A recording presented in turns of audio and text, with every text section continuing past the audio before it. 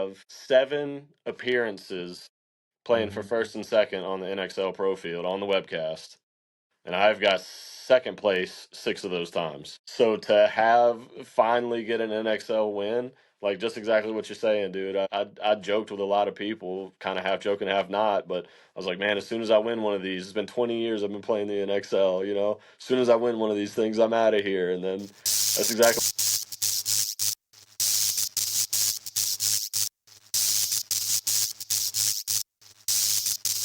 What's up, everybody, and welcome to the Paintball Lounge, where I'm the voice of Louisiana Paintball. But here today, I got the man known as Alex Hicks, who is the owner of Interstate 75 Paintball and one of the team players of the new Jungle Cats Pro Division. Congratulations, man.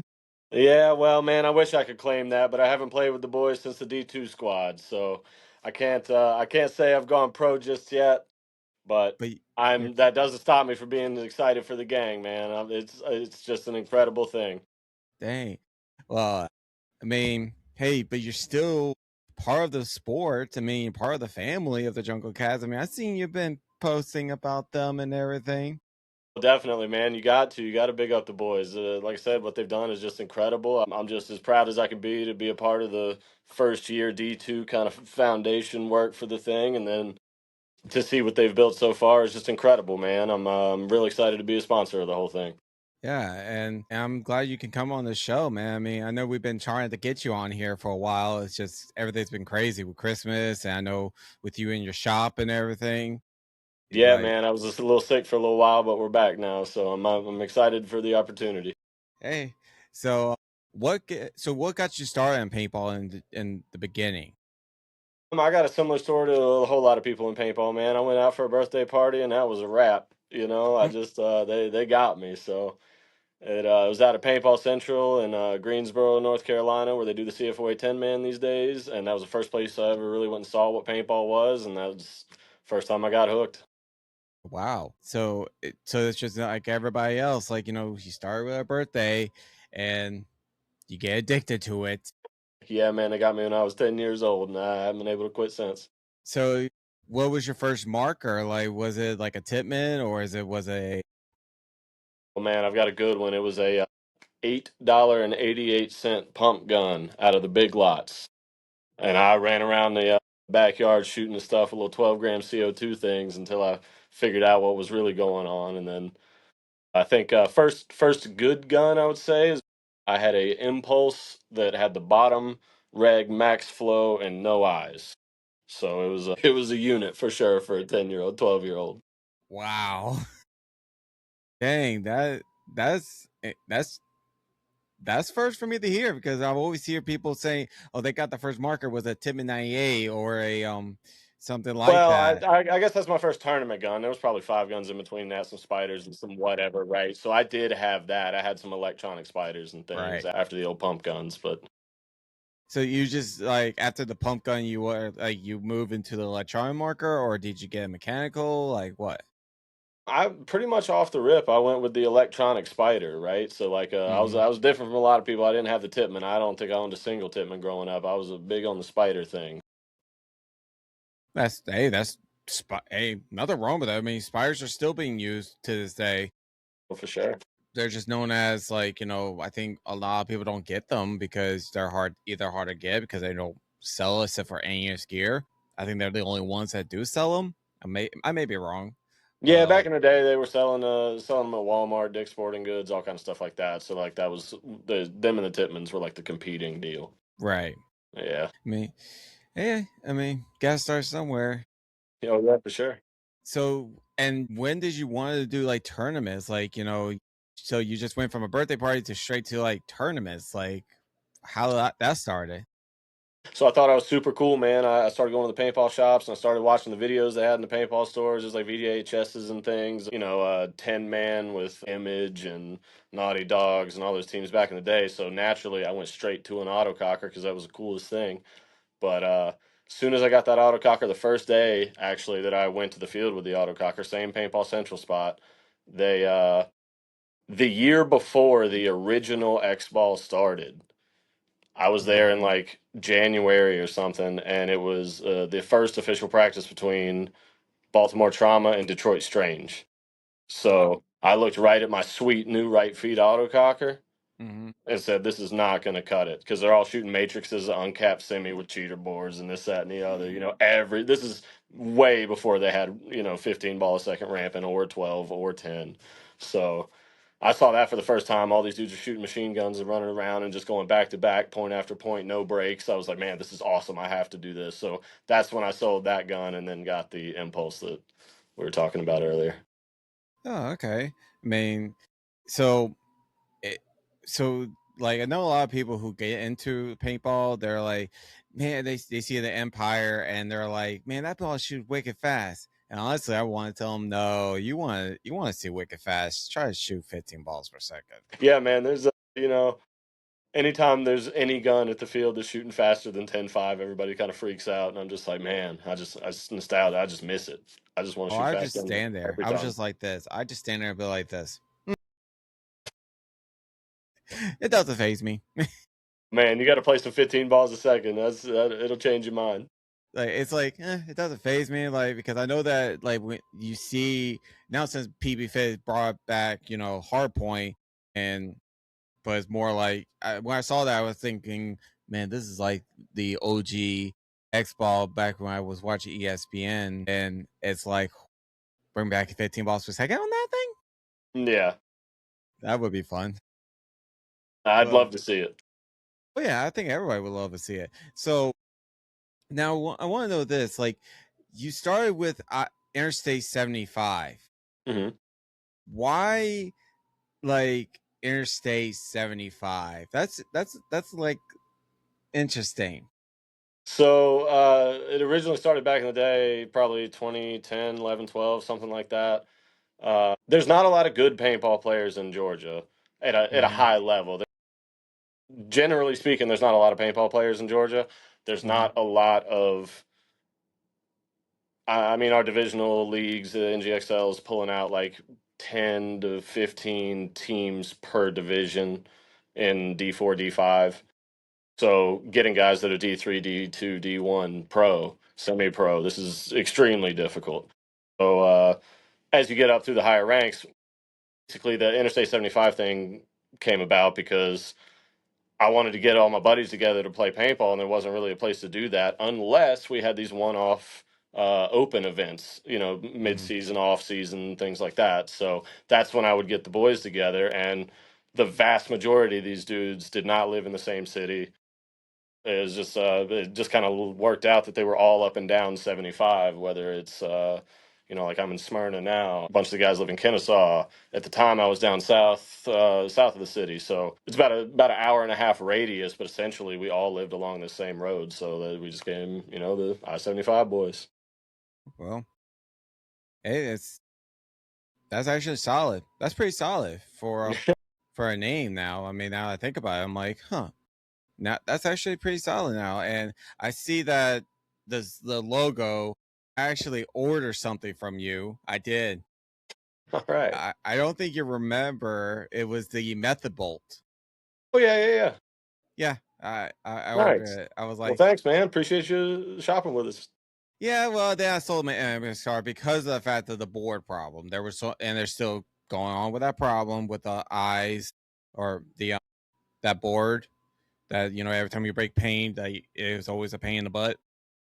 Yeah, yeah, it's funny to me because the die community's kind of been asking forever, like, why do we even have eye pipes and this, that, and the other? And the first gun they get rid of the plastic eye pipe is, the year they have issues. Actually, it was not the eye pipe. It was the because of the fact that it was breaking paint, and the paint when you had to clean the board, like the paint on the MXR, you had to take it apart, and it was just the those little nubs was always a pain in the butt. I had to literally bring Q-tips to every field I go to and like dig in there. It felt like I was cleaning my ears, but then they came out with a sci-fi board, and everybody thought, "Oh, that's gonna change the thing." I'm like, no, not. I mean, it's still. I feel it was rushed, but that was just me. Because the Yeah, I mean, method on board, any first generation new marker, you're gonna have little small issues that you didn't anticipate. So I think this is one of those things. Die's been around for a long time. I'm pretty sure they'll put some effort into making that a better product going forward. Maybe we'll finally see an MXR 2.0 or something like that. Very Hopefully. well could be. So, what does most players don't realize of how hard is it to run a shop though? Because I know it's not just you who's running it, right? I'm a one man show, buddy. Dang, how hard is it? It is a full time job for the past 5 years, and it's a lot, man. It's a lot. Mm, That's for sure. Jeez, difficulties that they wouldn't know. I mean, I think the biggest thing for me is that my plate's really full, just cleaning gear all the time. I know it sounds funny, but what makes that I-75 different is that we're the only shop that I know of that takes every single item all the way apart and then puts it all back together and cleans it in between. So whether it's your gun that's got 50, 80, 100 pieces, it all gets taken apart, putting in an ultrasonic cleaner so that it gets, as clean as it can be hmm and as new as it can be as a used item. Obviously, it's not going to get any scratches out or anything like that, but you're not buying somebody else's junk is the whole point of me doing this. Right. So even a mask, if you buy a Proflex from me, the ears were taken off, the lens was taken out, the lens frame, all of it was washed, all of it's reassembled, all of it's detailed before it's even listed on the website. So time just cleaning gear, man. Half my job is running a toothbrush. So Is that every time you make a mark when you clean a marker and you're like, your services or anything? Is that your backyard? yeah, yeah, it is. That's a good ass looking backyard. Well, thanks, man. I Like appreciate it. I wish I that's could a take no, credit, but that was the guy before me, and I just upkeep it. like that's a good looking backyard. I'm not joking because I wish my backyard was like that. My backyard still is shit looks like a you could put a freaking dog in there and he's be gone forever. Oh yeah, you'll see the dogs running around in my videos every now and again. Which is very adorable, not gonna lie. But no, I can understand about running, like running a business by yourself and also cleaning the markers and everything. Because I used to work for Pelican Paintball here in Louisiana, Oh, cool. and so I know how it is when you're cleaning the gear and whether it's mostly it's guns, especially the ones that you can't find the parts no more, or they're always having that old school kind of like hidden secret like the o-ring that you did not see and you're like, oh, it was that thing the whole dang time. Yeah. And it's always something new. It's always something new and something interesting coming from the shop, like, and so you maybe never know what comes right in. Oh yeah. Yeah. I had a buddy walk in today that's I haven't seen in about 2.5, 3 years, and just buying more paintball gear like he never left. So that was a fun surprise today. So does people like bring their stuff to you like through mail and everything, or they just do it in person? Yeah. So 90% of the business is through the website and through the mail. Okay. Local guys. I don't really have a showroom sort of situation, but I do have a little shop down here. So, if you shoot me a message and you're local and you want to pick something up, absolutely come on through. Just let me know when you come, and we'll have everything ready for you. But 90% of it is going to be mail in or online purchases, things like that. Right. Even trades and things. Basically, you'll just send your gun into me, and we'll work out the cash on the whatever through the website or whatever app works best for you, and then uh, once your stuff gets here, I'll make sure it works all good, everything's straight, and then we'll put your stuff in a box and send it on to your front door, Amazon style. Get it to you quick. Yeah, and that's the funny thing about Amazon. They will take if you ship something from your store using Amazon, it's fine and dandy. But if anything is coming from the actual Amazon warehouse, it's gonna be a piece of shit. I don't It's know, the man. Maybe truth. I'm blessed being close to the city, but we got good Amazon over here. Well, you also the people are ordering from you and not buying like cheap masks that people think, oh, it's a paintball mask, or no, it's not. It's not Yeah, a yeah. paintball I've mask. seen some knockoff stuff going on the Amazon, and it's I see it all the especially the time. mask. I've seen a few knockoff masks, and that's scary. It's very scary because Yeah, they dude, that's the one thing you don't want to play with. And I tell people all 1,000 times, like, do not get intimidated by the look. Do not get intimidated by it. If you want to build your own mask and everything, my thing is like grab a mask from your local store and go crazy with it. You bought it, go crazy with it. Do designs, do whatever you gotta do. I mean, that's my motto. Yeah, man. Make it Just yours. just don't buy it off of Amazon. So Another thing is this is that so you were I lost my train of thought. Damn it! It always happens every single time. I always have a train lost my train of thought. Happens to the best of us, man. If you're liking this episode of Behind the Marker here on the Paintball Lounge, please like this video, subscribe to our YouTube channel, comment this video, and share this video with your loved ones, your friends, your family, and let's grow Louisiana paintball so everybody can play paintball every Friday, Saturday, or Sunday, whenever you have the time for. Okay, and let's get back to our great video. Oh yeah, without a doubt. So what mistakes do you see new players make when they are buying a gear or web or marker from you? Well, I don't know, man. I don't think there is any mistakes buying from me. You know what I mean? Maybe I'm a little biased, but just in general, the biggest mistake I see people make, unfortunately, is just getting scammed on, you know, buying a gun. It's the worst feeling that there can be. It's a lot of the reason why I started the business the way that I started it. Mhm. I worked in two different paintball stores for a total of about 8 years and managed them both. You Really? know, as I got a little older, it was time to step out and get a real job, as they say.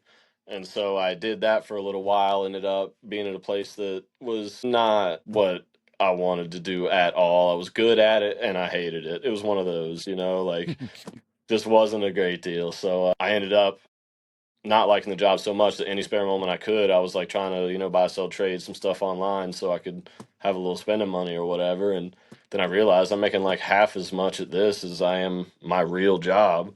And I'm not even doing it for real, So I think it was just then a couple of things happened at work that I wasn't, down with, and ended up starting I-75 after that. So Right. I think that the reality check of me getting a real job was that I have no business having a real job. My real job is to help people doing what I know how to do. You know what I mean? Of That's the course. best way. So that's what I'm trying to do, man. And when I did that, I came back. There was a whole bunch of people.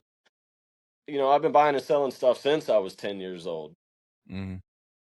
on PB Nation and locally and things like that. So when I came back to it in Facebook groups for the new hot thing, it just so happened that like Cash App scams were the new hot thing as well, So people were pulling that over into the paintball world and be like, yeah, man, I'll sell you this gun no problem for way cheap. And then people send them the money and they obviously don't get anything. And that's half of the message boards at the time was just people getting ripped off. And I was like, man, this is unbelievable. I can do way better than this. I can get these people these gear. I can treat it right, give them good stuff, and not make it so folks don't have to deal with that. And that's really what Mhm. got me started in this whole thing. So that's why I take them all the way apart. It's why I replace the foam out of your goggles when it's messed up. That's why I put new, bolt tips in the guns when they're fried. Right. I just want to make sure you're getting the best stuff you can without having to pay brand new money. I understand. I mean, I'm the same way. Anytime even if it's not paintball related, anytime someone buys something from me, I make sure they work. So make sure it's good because, the whole scamming thing. I mean, the fact that the scam is more now it's become more deadly because and because now we're in the technology world where we're at a RAM shortage and it gives these scammers now more power to like, hey, we're going to scam this person from a RAM stick because it's saying, oh, this is a blah blah blah blah blah, but really is this piece of junk, Yeah. and it is scary. So I'm glad that you're doing what you're doing, and I think it's a great thing. I really do. Well, thanks, man. I appreciate that. So now I remember what I was going to ask you. So you got the Twister CS3. I did, yeah. So those are known as, so high markers because of the milling and the colors and everything. You had all three of them at on your shop store. Hmm. How much of a gamble was it to get that money back? But it's always a gamble. I'm not gonna lie to you. This particular time wasn't too difficult. People love the CS3s when they came out with another CS3 Pro Twister. It's not exactly a hard sell, but I mean, a lot of those project products as a reseller. I mean, Mhm. anything from like Like the Revo 2 masks, that was real hit or miss. If you got the right colorway, you doubled your money. If you got the other colorway, you might make $10. If you got the other colorway, you might lose 50. You know what I mean? So Yeah. it's always a little bit of a gamble when that sort of thing comes around. I don't think that CS3s sold quite as quick for me anyway as the CS3 Pro Twisters. Both of them Twisters, but and at the time I thought that the CS3 regular CS3 was going to be way bigger than the second iteration of the CS3, so I was a little surprised that I moved all the CS3 Pros faster than the CS3s that I got the time before. It's just like I said, it's always a gamble, man. Whenever you're doing that sort of aftermarket, whether it's Enemy the State or Twister or let's see, any of those other companies that are just kind of like limited run situations, like Right. there's no guarantee at all. Sometimes you sit on the stuff for 6 months. Sometimes I end up keeping it because it's just not going anywhere, and I'd rather enjoy it myself than lose a bunch of money on it. So it's Like uh the it's a risk for sure. like those three was it CSLs or whatever they're called? Yeah, man. So that's actually a collector buddy of mine pulled those out of the vault and said, "Bud, here's what I need to get for it. And if they don't sell, they don't sell. If they do, sick, But Yeah, I've been he's seeing just them. there's a lot of guys out there more than you'd believe that have these level of expensive guns that are old nostalgic, whatevers. And there's some trauma matrices I've seen go for ridiculous money. This Tequila Sunrise Matrix, the Shock Tech Shockers. I mean, all this sort of limited edition, custom milled, old school stuff that's real difficult to find is going for big money. Right. Hey, I understand completely. I mean, and just hopefully, people don't give you their gear and be like that and sit there for years and years and years because I would like to see you like, hey, make some money off of that. Well, me too, buddy. Keeping it moving is definitely a big part of the game. Yeah, without a doubt. So, how important is proper gear education when selling markers and masks or stuff like that? How important is it? I mean, it's always super important to make sure that the people get the stuff that is going to suit them best, right? Like, I never want to send you out there with stuff that, first of all, I wouldn't want to use at all. You'll Hmm. never see anything on my site that I wouldn't take out there and shoot at the field myself, whether it's Right. pads or pants or whatever, right? Um, but as far as gear goes, man, so much of it is personal preference and just like the pads I like, you might not like. The pants I like, you might not like. It is what it is, and that's why there's so many different styles, so many different brands, so many different cuts or fits or masks are a perfect example. I anytime I was working at the store and people wanted to come in and look at a mask, say, "What's the best mask?" I mean, the best mask is the one that fits your head good Hmm. and the one that you're comfortable in and the one that you can see in and the one that you can breathe in. Because if you can't see and you can't breathe, how in the world do you think you're ever going to shoot something? Much Right. less moving targets that are shooting back at you, right? So I just think that's the best example of just try a bunch of things before you order something. Like, if there's one thing I know about paintball guys, every paintball dude at the local field will promise you that they have the best stuff available. And Really? it's just their preference, right? Like everybody Right. thinks that their gear is the coolest gun or the this or the that or the whatever. And it's not a bad thing. What that means is they are super excited to show you and tell you about it, right? So they're going to tell you all the good stuff. They're going to tell you all the seals that blew out on them. They're going to tell you that the ASA leaks if you don't if you don't keep it up. They're going to tell you this mass fogs up. So go to the field, ask your buddies, and try out some things. Is what I'm trying to say. Like I said, every paintball guy thinks that their gun's the best, and they're happy to let you shoot it.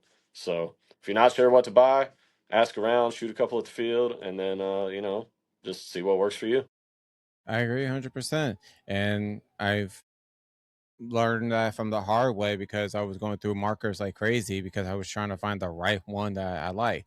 Yeah, And like I had an Empire 6 and I had an LV 1.6, LV 2, MXR, a CS2 Pro, and now I'm at a CS3. So it's it's all personal preference, but it's like, you got the gun will come to you eventually. That's why I call it. The gun you will know.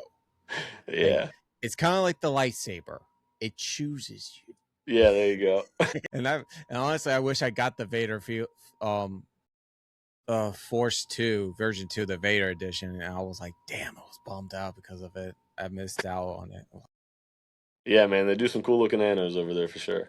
Oh yeah, without doubt. And I'm hopefully I feel one Force version 2 comes on your shop and I'll be like this. Ooh, how much you gonna fight? How do you help? Oh no, where I answer that question, I have all those questions right here. Okay, so today's market where it's going crazy now Mm. since we got new stuff coming in, like we got the Lux Air and all these new stuff coming in and everything. How does a local shop keeps alive with that going on? I would say just I don't think it necessarily hurts things. My experience in the local level in the local shops and stuff was guys aren't really coming in every single day looking for a new gun. You'll sell a Mm-hmm. guy a gun one time, and then you'll have it needs a lens, and then he needs some paint, and then he needs a squeegee, and then he needs a grip for the tank, or just little things like that. So gun sales being every single year, Mm-hmm. well, I should say back in the day, they used to have a brand new gun every single year. So you'd have a DM8, a DM9, a DM10, a DM11, a DM12, right? So, and Right. that was pretty much the par for most of the companies until they started slowing it down, doing them every 2, 3 years, maybe.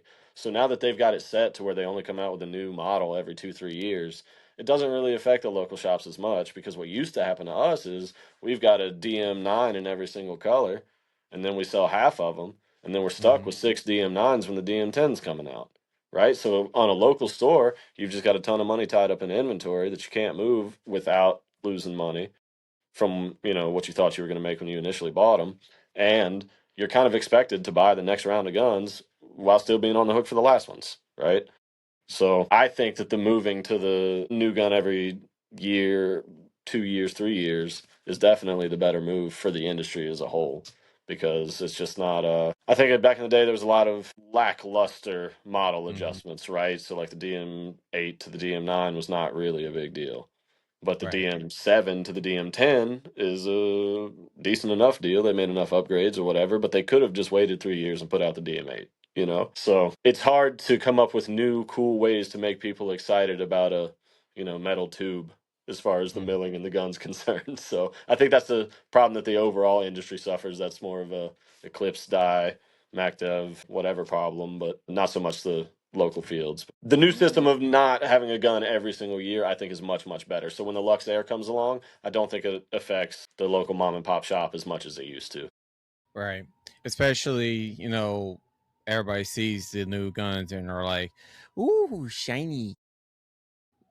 Yeah, there's a And lot of doesn't that. aff- and yeah, it doesn't affect his mom and pop shop like you said because mostly like Lone Wolf or big companies who are going to get the first dibs of these guns, they're going to have my book, they're going to have the most problems Mhm. because always when it comes to new stuff comes out, like you said, something's going to happen wrong.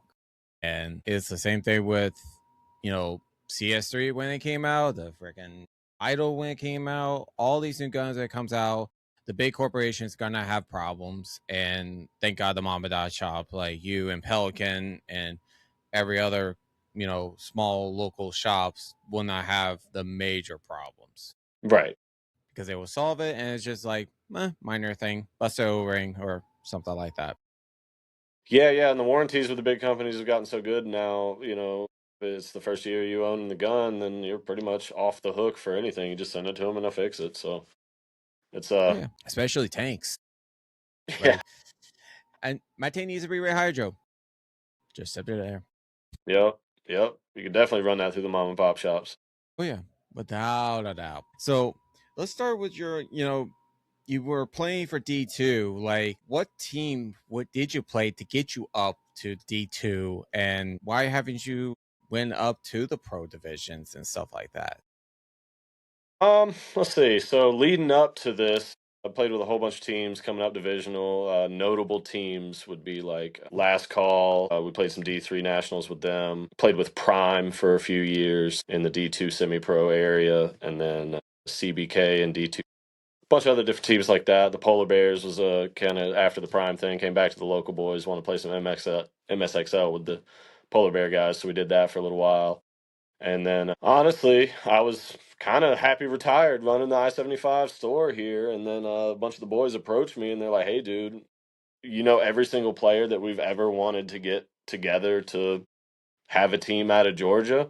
Well, we found some funding for it. You on, or you want to play?" And I'm like, "Well, I'm gonna be honest, guys. I'm a little skeptical because a lot of you guys have told me you're gonna play in the past, and we get halfway through the season and fizzle out, and not real excited about signing up to come out of retirement to do that." And they're like, "No, 100%. We're doing this thing. It's gonna be right." And fast forward, we had an incredible season and just it was everything you could ask for, man. It was so much fun. Got to travel the country with my buddies. We ended up playing real well. Every single person on the roster improved, and then we ended up pulling a podium on every single NXL event in D2, and then topping that off with winning World Cup. So, not there just isn't a cooler way to go out, man. Honestly, everybody says like, "Oh, I wish every single one was gold." Like that'd be a hell of a season. That'd be sick. But the build up of being second, being third, being second, being third, and then finally coming out on top was just a surreal feeling, man.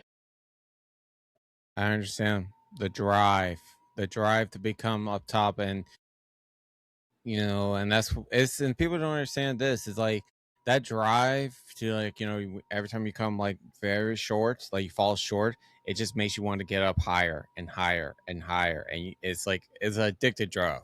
It's such addicted drug, but it's so much fun, and it's just like when you get that chance, that that moment, you're like, okay, I did it. Yeah. I can go out with a smile on my face. Well, that's exactly how I felt, man.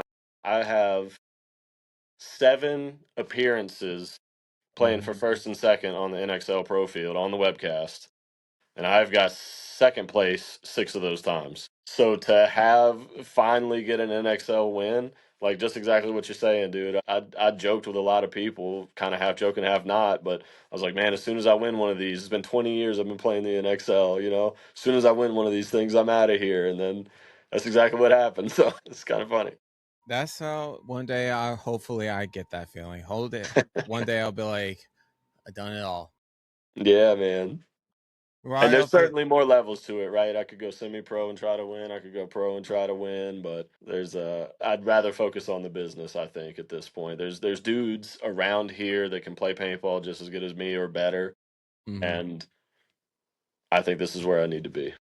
Hey, that's you know, everybody has their calling card, and I'm glad that you can smell the roses, even though it's doing this, but hey, it's your calling card, and that's what matters. You're doing Yeah, man. something that is not on the field, slinging pain and possibly hurting yourself. Yeah, well, don't get me wrong, man. I still play all the paintball I want to. I've got the True. I-75 D4 squad we're running over here. Bear Ridge Paintball's an hour down the way, so I was just out there Sunday or yesterday playing paintball, and let's see. We're definitely doing NGXL is gonna have three-man open events. It's gonna be first event, middle event, last event. And so there's no APPA restrictions. It is three-man X ball on the same field that they play the event on. So I think the last one we had, Aaron Smith was the next Hurricanes player. We had him playing with 75. We had Kyle Berry playing with 75. We had Zayden Gonzalez from the Team USA team. We had myself. We had a kid named Merrick played D4 with one of the Bear Ridge squads, so we put him on the squad with a couple of pro guys. Timmy Roberts played with us from NYX. Who else is on that roster? One of my boys, Kenny Zeno, down there from Macon, a little south of Macon, and Perry plays out of Big Indian. Another field off 75, so that was cool. Wes Ward, one of the Bear Ridge guys, or I'm sorry, the Jungle Cat guys. So yeah, man, anytime we can get some high level paintball around, whether it's one on ones or 3-man or X ball or 10-man, it doesn't matter. We're trying to get some high level something going. So definitely going to be playing that. Hopefully, we'll have enough teams this year in the NGXL to play D3 X ball. We're going to Hmm. have a squad. 75 will have a squad in for that if that ends up happening. So outside of the Jungle Cat situation, I'm basically running 3 squads over there. I'm Yeah, the definitely getting. funny. I'm definitely getting to play all the paintball I want to. Yeah, I mean, I know you were talking you were just saying about that tournament, and I believe that we have a team. LAX has now is known as LAX Evolution, but they were playing that tournament known as CC Evolution. I Okay. think you were.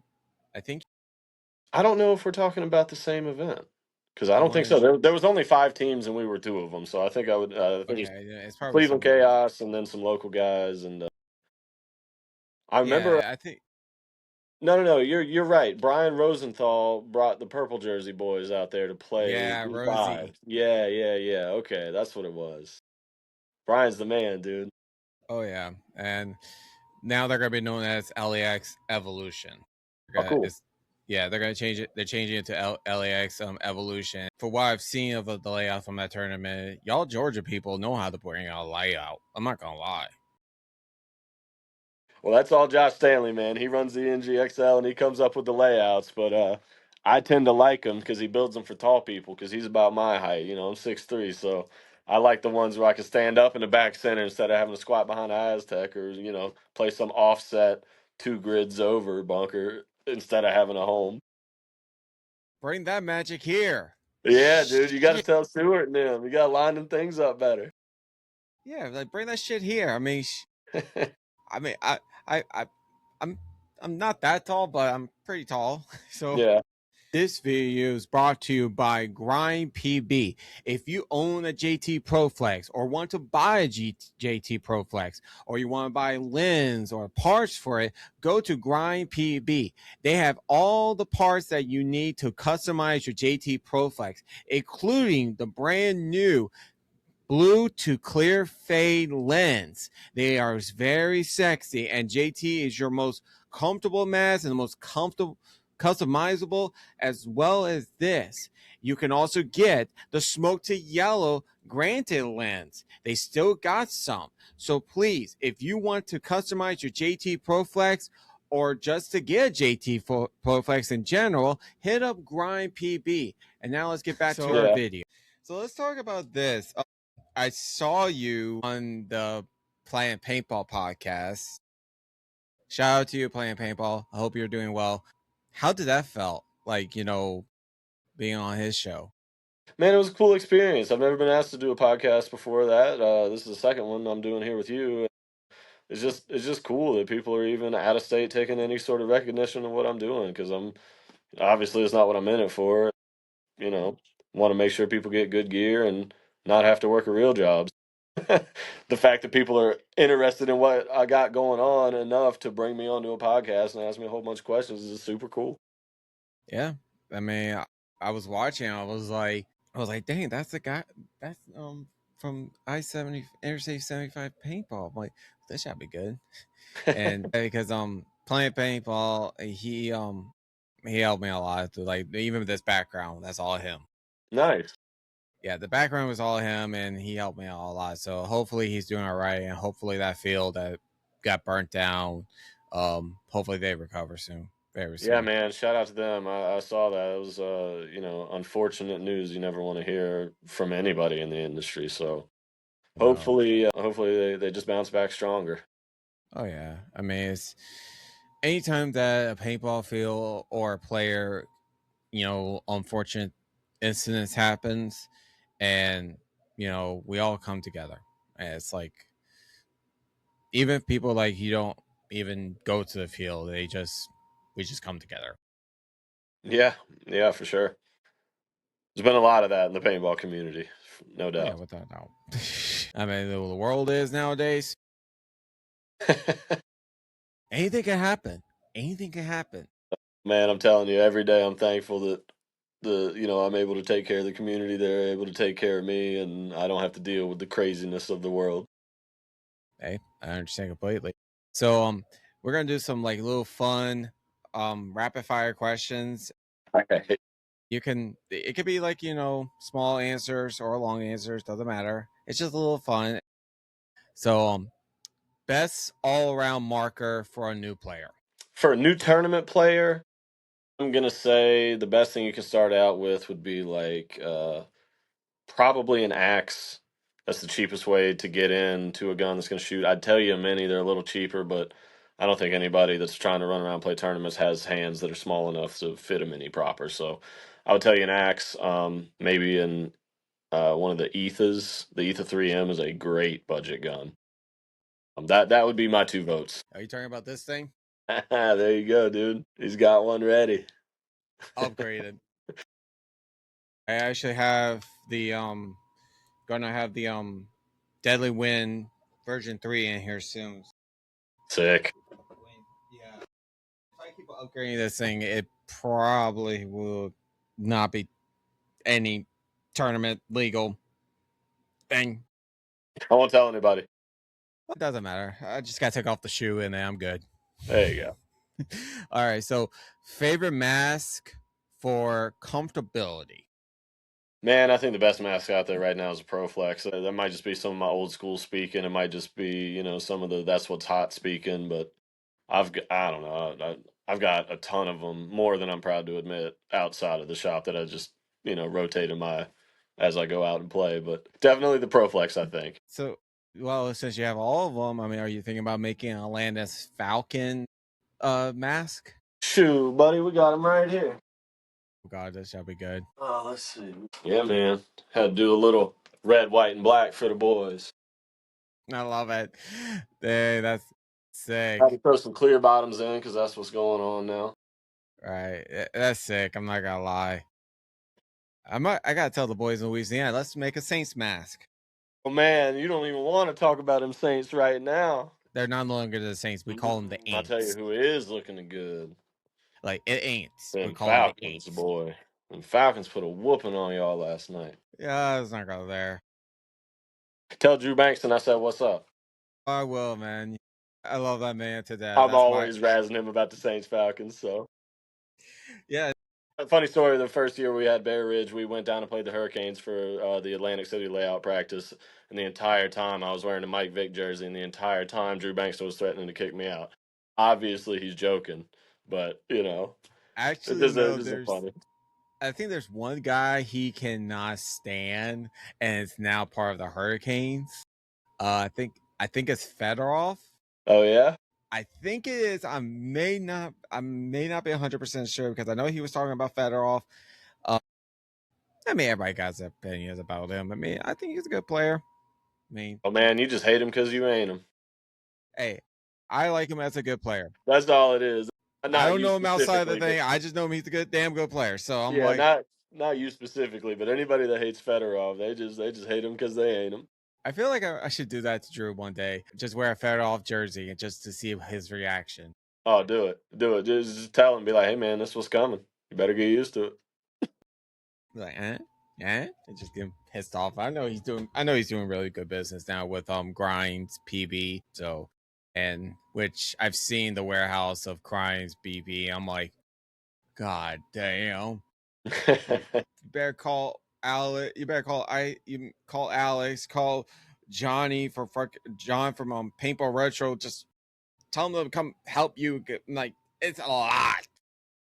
I'm like, holy shit, Yeah, that's a lot of mask. yeah, I know. Drew's got a thing about him. A thing about him. A thing about him. Well, I'm trying to be nice. It might be an addiction, but I don't want to put it that way. His addiction is like a person with Funko Pops. Yeah, same thing. Got him lined up in his house, wall to wall. Someone needs to make a shirt about that. We don't collect Funko Pops in paintball. We collect JT Proflex. Yeah. That's just how it is. So, okay, so what is the one piece of gear every player should invest first? Man, I know it sounds redundant, but I'm gonna go back to a mask. If you can't shoot, or if you can't see what you're shooting at, then you got no business shooting at it in the first place. Mask. It all starts with the mask. It's not only protection, but it's just making sure that you can do what you need to do. I agree I think 100%. that's yeah. And it's also because of this is that, mask protects your eyes. I mean, can't play paintball without your eyes. Yeah, it's the one piece of equipment you need, so it's the one thing you don't need to cheap out on, right? Exactly. Or, I mean, if you cheap out, at least just cheap out with a Proflex. There you go. So what? So we're gonna answer this one question, then you're going to ask me some questions. So, All right. what is the hardest part of all time when it comes to running an online store when it comes to paintball? Jeez. I guess I would say, man, I don't know. There's a bunch of difficult parts. I guess most difficult thing would probably be wearing all the different hats, right? So as a one man unit here doing all the things, Mm-hmm. I am the photographer. I am the guy that cleans it. I am the guy that inventories everything. I am the guy that makes sure the numbers are straight. I am the guy that makes sure that we ordered that part for that gun that Mm-hmm. we tried to fix 2 weeks ago.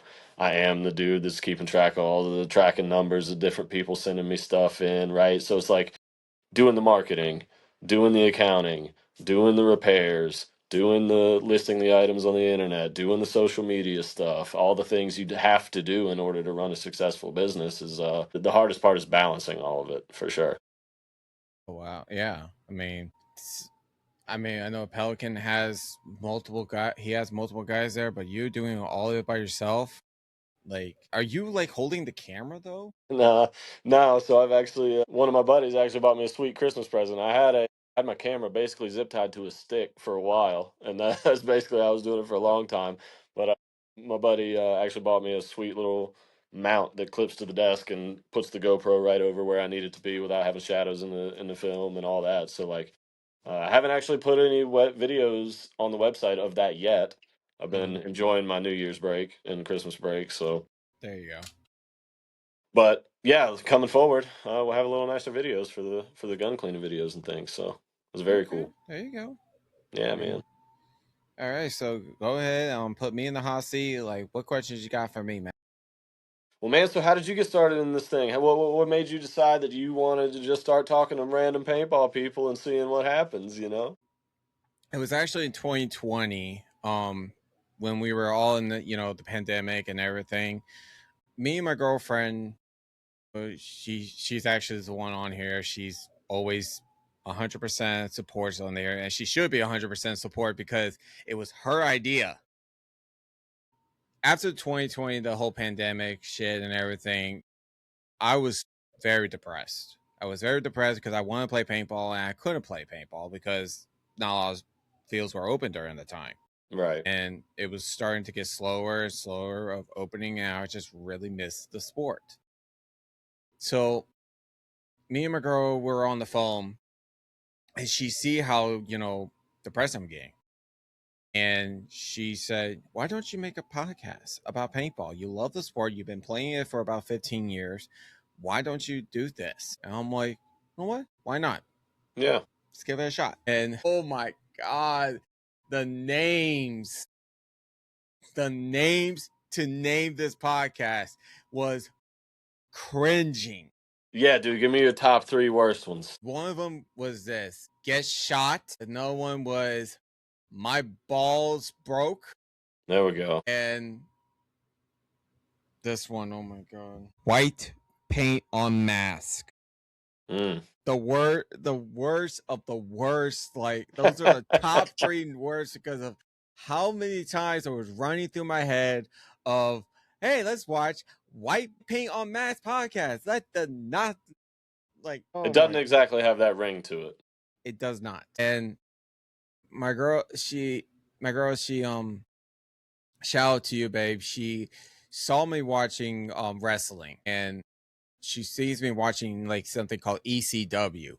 Mm. I've been knowing about wrestling all my life. I'm a fan, and I've been watching like old ECW when it's still on Peacock. Right. And she's like, "Why don't you do something like that?" I'm like, "What?" She's like, "Why don't you have three, like a brand that has three letters that people will remember and it's easy to say?" And I'm like, "You know what? You might be on something." And that's Yeah. where I got the Paintball Lounge, or TPL, There you go. Nice. Nice. and everything was history. Well, that's sick, dude. That's sick. Who's your most interesting guest that you've had on so far? I have to say, it's not just one. Like, I have multiple interesting guests. I think the best of the best has to be Mike Bianca. Yeah, you think so? he, I mean, I love Ryan Greenspan. Don't get me wrong. Him doing the episode with him was nerve wracking because he is the OG. He is the pinnacle Big one. name. Is a big name, but Yeah. I have to say the most interesting and my favorite has to be Mike Bianca because he was the first um pro coach that got onto the podcast. He doing an interview with him literally opened doors for me to like, I'm gonna do Nick Soviak, or I'm gonna do start getting to other people, bigger names and bigger corporation, as well as stay local to the guys in the South or anywhere. Yeah, absolutely, man. I had the pleasure of playing with Bianca on Prime for about 2 years, and I think the last year that I was on the Prime thing, it went more toward a coaching role. But is just a great dude in general. So Oh, yeah. I know nobody ever does speak poorly of Bianca, and if they do, they're obviously out of their mind. But I just can't speak highly enough of that dude. It's I've actually got his. I'll show you guys. I've got his jersey right there. Yeah, man.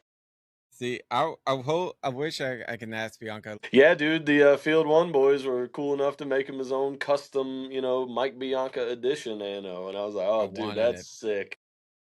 I wanted it. It was not because the fact that it was just Bianca's gun, but also when I did the interview with him and he has that martial arts style, it kind of like, made me think of an old actor who I actually met who was my childhood hero. And I was Jason David Frank, known as Tommy from Power Rangers, the White Okay. Tiger. Yeah. And I wanted to get that gun particularly in honor of him because Mike Bianca is martial arts and Jason David Frank was martial arts, and I was Yeah. like, yeah, I wanted that gun so bad, but the price was too much. And I was like, Yeah, man. It's like that sometimes. and someone did bought it. I was like, damn. Well, that's cool, man. So, yeah, Bianca's definitely one of the boys. What are the questions I got for you? They owe me. It could be any kind. Well, I guess I don't know a whole lot about how you came up and started kind of got around the tournament scene. What's what teams did you play for, or play around that are notable people would know? You probably don't like. Well, they're all most of the guys who I did play with. We played like local events around the Hmm. country. We had this thing called was kind of like a before we had the app thing of the spin wheel. We had like a little jar, kind of like this, Yeah. and we would literally be like, okay, which state we're gonna go play at, like what tournaments coming up, and what state we're gonna play at, and we would literally play like Philly or something like that. We were known as the Night Riders. We were known as the Night Riders, and we would just go random. I always liked tournament paintball, but after when I when you do it for so much, it just gets kind of stale. You don't got to tell me, bud. I shot pie pans for 20 years. Yeah, so it's like it kind of gets stale, and I was like, man, I want to play World Cup though. That's my ultimate dream is to play World Cup, and I've been talking about it ever since I opened this podcast. That's the ultimate dream is me to go play a World Cup one time, just one time. Okay. But now since I stepped back from the whole tournament scene, and I'm more like liking doing these interviews with guys, and actually I still play, but I play more like rec ball and help the new generations to get into the sport a little bit more. That's like that feels like that's my goal. Yeah, man, and there's nothing wrong with that. I was actually just talking to somebody recently about how, like, at least in our area, there's a really in Georgia. There's always been a really big talent gap.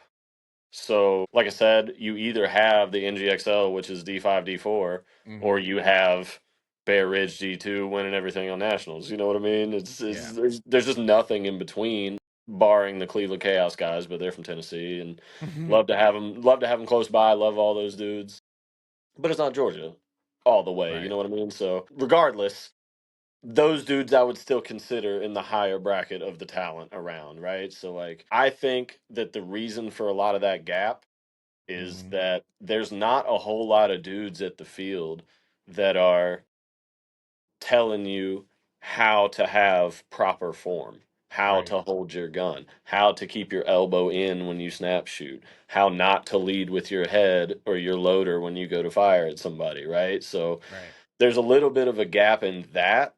And then dudes that have been playing 15 years and just like, get better, dummy. There's a little bit of that going on. So, but quite frankly, a lot of people need that. The D4 dude can say that to the D5 guy. The semi-pro guy can say that to the D2 guy. Mm-hmm. Just get better, bro. Practice more. You know what to do. It's not like you don't know what's going on. Just get better. Practice more. Put more into it. Do the things. But you can't tell that to a dude that doesn't even know how to hold his gun. So I agree. that I think that there's a beautiful place for that. And you And don't have to be good at paintball to teach paintball to new guys. You know what I mean? Like the perfect example. There's a couple of guys that were on the Bear Ridge squads that were coming to me, and they're like, "Dude, I don't know how you've been doing this coaching thing so long. You've been coaching the D4 NGXL, and then you coach teams before that, and then whatever, whatever. I don't know how you deal with it. Like, I feel like there's so much weight on my shoulders, and I don't even get to pull the trigger. It's crazy." And I'm like, "Well, I'm gonna be honest with you, bro. You need to go ahead and wash all of that off of your mm-hmm. brain because as a D2 guy, there's not really a whole lot of things that you can tell a D5 kid that are gonna make them worse at paintball. They might not do it right, or it might not work for them, or they might not be experienced enough to understand your information. That is like the worst case scenario. So if you tell them, you're not doing them a disservice by not saying something, or rather, you are doing them a disservice by not saying something because you're not wanting to be responsible for the outcome. You know what I mean? Like, you can't, nobody's going to get any better if you don't share the information, I guess is my point.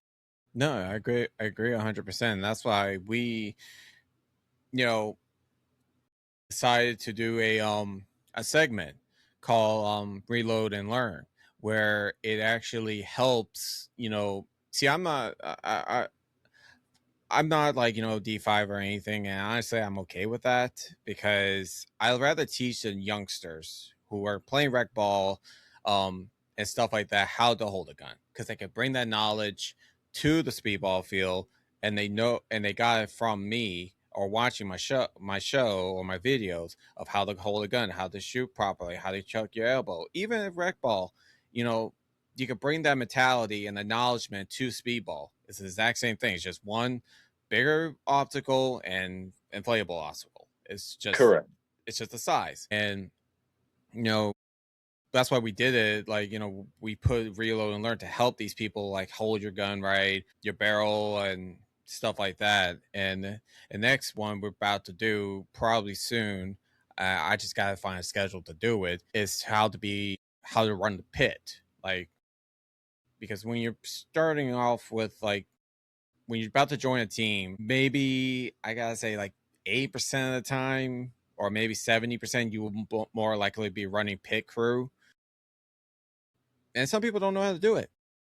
Oh, buddy, it's one of the saddest things sometimes when I go to these local events and I'm watching a D5 team that has absolutely no pit staff, 7 guys, and they're just like, we don't understand what's going on. I don't know why we're always late to the box. I'm like, buddy, this is definitely something that needs to be. I highly encourage you to make a video on how to run a pit, just because Yeah, it's so just many I gotta people get have it like, so out of whack. They're just like, the first thing they do when they come in off the field is talk to their coach or other players for a minute and a half, and now you got 30 seconds to get pods in there.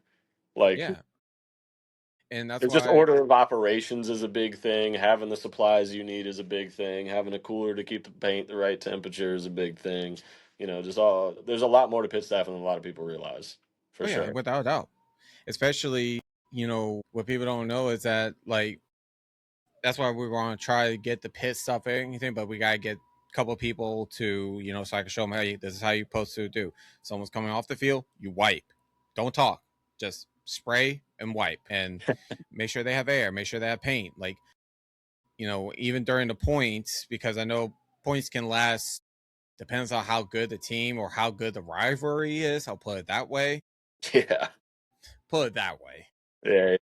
How do you fill a pause during a rivalry match? How to do this? How to be quick? And we're trying to do schedule a day because of my work schedule and this, and as well as running also another crew called the Paintball Lounge Crew, which is a new thing we're doing. It's completely new. And I already posted about it saying that, hey, if you're in Louisiana and you want to showcase your video, send it to us and we'll put it on YouTube. It was also Mrs. Frankenstein, the brains of it. She said, why don't you do something outside Louisiana?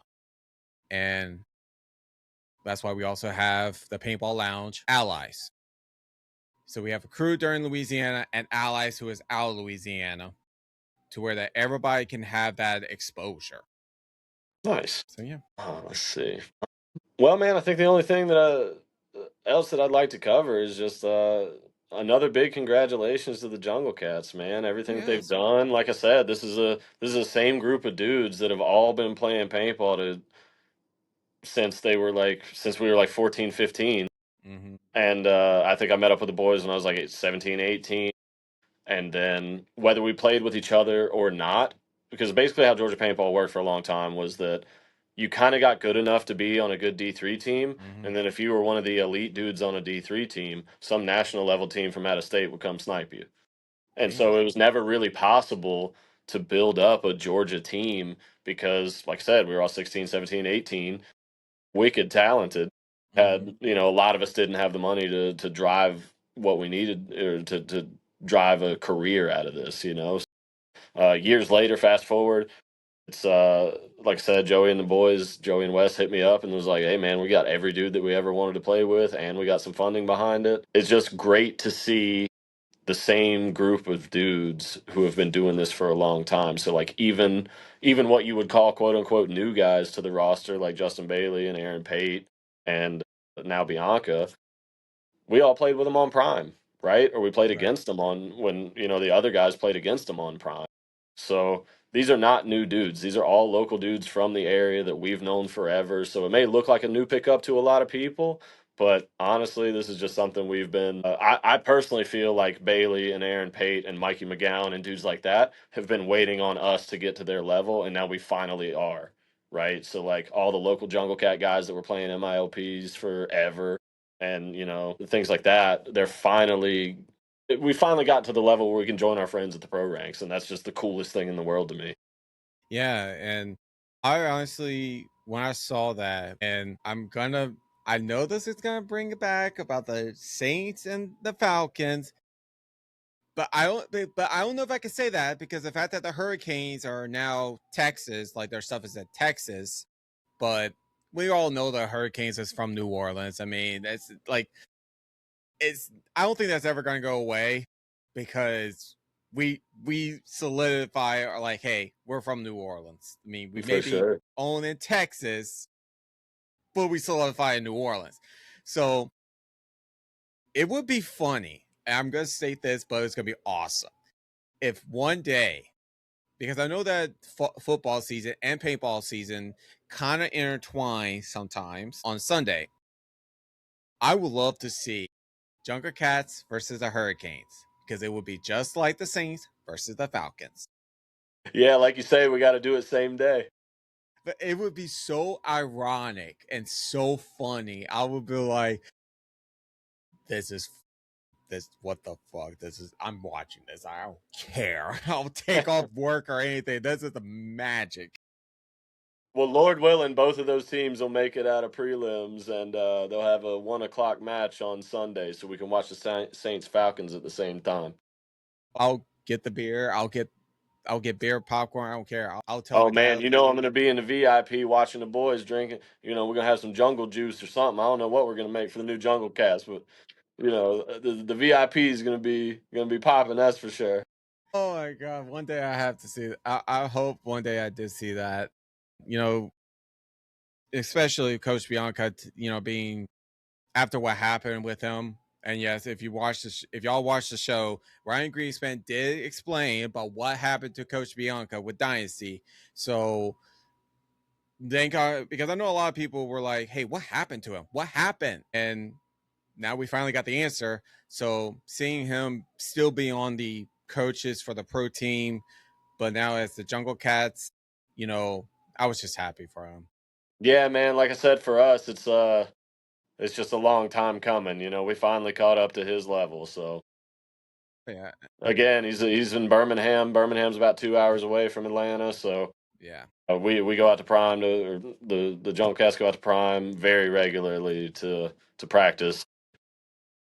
It's nice having him back where he should be. You know, in my mind, this is where he should have never left. I love that he's going out and exploring new opportunities, and I'd never hold him back from doing nothing like that. I encouraged him to go take the dynasty thing. You know, I was like, "You're telling me that you could be dynasty, dude? You better go do that." So it's all love, but it's love having him back home. That's for sure. Oh yeah, without a doubt. He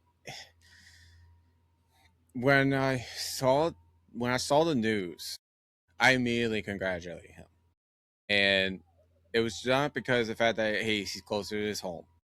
It was not just because of that, and it's because I think that he will bring the Jungle Cats from the semi-pro mindset to a pro level mindset because he can use the knowledge that he have with the Hurricanes and Dynasty and bring that to the Jungle Cats Yeah, because and that's where most of these new pro teams lack is they don't have like coaches who are has that mindset of like this is how it's going to be.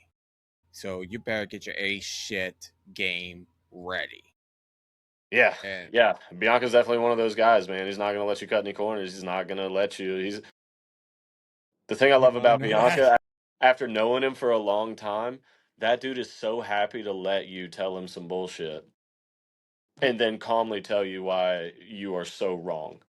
And it's one of the funniest things he does. I absolutely love it. It's extremely rare that Bianca has a bad opinion about something, you know what I mean? So whenever he says something, like you know you're kind of wrong already. So when he takes all the time to listen to somebody, "Oh man, I didn't get shot that way. I got shot like this." And then he pulls up the film and he's like, "Hey buddy, this is you getting shot exactly how I said and exactly how you said you didn't get shot." And he's like, "Oh, you know," it kind of takes the wind out Oh, of their I sails a little love it. bit, humbles some people a little bit. It's the I've best. seen it. I've seen it when he was doing with the Hurricanes and at LEX. Shout out to Drew LEX, which you better come someday. Get some good food. Yeah, yeah, yeah. Drew, actually, last time we were in town, Drew did tell us a good spot to go to, and we got some good food. So there's like a box above the field where we can see the whole field and everything. And I see Bianca right there coaching the Canes and everything. And here he is. He's just serious. And then he says, "Oh, hey, what's up, Paintball Lounge?" And I was like, he could just turn to that calm person so fast. And I'm like, damn, I should have went pro. Just I a think that's bit. just what naturally comes with being Italian and having a bunch of kids. Oh, You yeah, just got to be without a able to doubt. turn it off. Oh, yeah, without a doubt. It's real natural to them, you know. But I feel like the Jungle Cats are gonna be. I think they're not gonna be. They're gonna be like the Hurricanes. Like they're gonna do really well. Probably have some hiccups, especially with 2026, because a lot of teams that leaving news our new ownerships and everything. It's been a crazy off season. Just been crazy. And do I think it's the most craziest? Now it is It's because we up have there. We got what, like three new teams, I guess, sort of. well, not just that, it's also we got Todd leaving Aftershock, retiring. Yeah. So it's like we don't know what 2026 for next season is gonna be like, but I do know that the Jungle Cats, with if they keep on going with Justin Bailey, Bianca, and I think they're gonna be and Aaron, like you said, right? I believe that Aaron's playing with this year. Aaron does this cool Yeah. thing where he usually misses the first two events of the year. I feel like they're not gonna be like Blast Camp or Leverage. Leverage got their ass beaten. Man, come on now. You know them Jungle Boys ain't coming out there to get whooped on.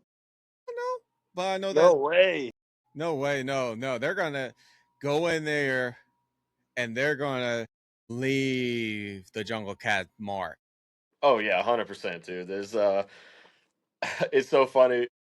The big joke all year has been if they're going to sell their pro spot to somebody else, and the reason that it's a joke is like it's been 20 years since Atlanta's seen a paintball team. You know what I mean? So like this would be just the silliest thing ever to sell it now. Oh, we did it, boys. We got it. Let's cash out. And then so we've just been laughing about that all year. But the reality of it is these dudes are playing on Thursday. I mean, there's dudes going out and snap shooting every single day on the squad. There's there is no off weekends for these guys. If it's Saturday or Sunday, you're at the paintball field. You know what I mean? I think our D2 year, I played, uh, I think 50 weekends, 50 weekends out of the year, both days, and probably 45 of those was playing with the Bay Ridge D2 squad. They've only stepped it up since then, and there's no way that they don't come out swinging, man. I'm super optimistic. I'm super stoked. I think you're right. The first year is going to be a little bit of a learning curve because it's semi-pro has a couple soft teams in each Right. prelim bracket every time. Unfortunately, just anyone is allowed to sign up for semi-pro. I think that absolutely has to stop. Without a doubt. Oh You my God. have to qualify for semi-pro. There is You no way that your D3 local teams can just be allowed to play semi-pro. I can't stand it. So that's a little bit of a thing for me, but it's I'm happy to say that the Jungle Cat guys, they won D2 handedly. They won semi-pro, and now they've earned a pro spot. I don't see any reason why they should do bad at all this season. So, like you say, I'm very much holding them to the same expectations as the Hurricanes. They came in the first year and was just knocking them dead, and people didn't have any idea where that was coming from. So, I think that's all the time we got because I just got a notification from Riverside that your battery's about to go, like your storage is about to go low. yeah, I guess so. I mean, I can maybe delete something if we need to. Yeah, man. And we also hit our mark. We are way past I the hear you. mark. Uh-oh, might be losing. There we Well, go. hopefully, man, we got some good clips and stuff, and hopefully people Oh yeah. enjoyed the podcast. But And I'm glad you came on the show, man. So stay around for a bit so that way it can record and everything. So but I hope everybody enjoyed the show behind the marker. We're still on season 5. Crazy, yes. I've been your host, Zachary, and this has been Alex from Interstate 75. We'll see y'all later on. Have a good night. ATL.